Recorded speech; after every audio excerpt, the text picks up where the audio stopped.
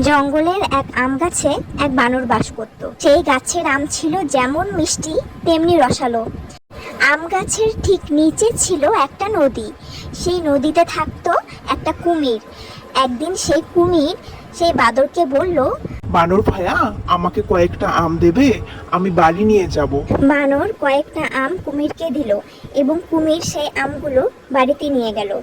তার বউ সেই আমগুলো খাওয়ার পর বলল, অনেক মিষ্টি আমগুলো, তুমি তোমার বন্ধুকে নিয়ে আসবে, আমি ওর কলিজা খাবো।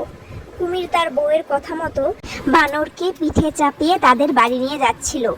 রাস্তায় বানর সব জানতে পারে কুমিরের কাছ থেকে এবং সে এক লাফে গাছে ওঠে। বানর কুমিরকে বলল, আমি তোমাকে ভালো বন্ধু ভেবেছিলাম, তুমি তার এই প্রতিদান দিলে। আজ থেকে তোমার আর আমার বন্ধুত্ব এখানেই শেষ।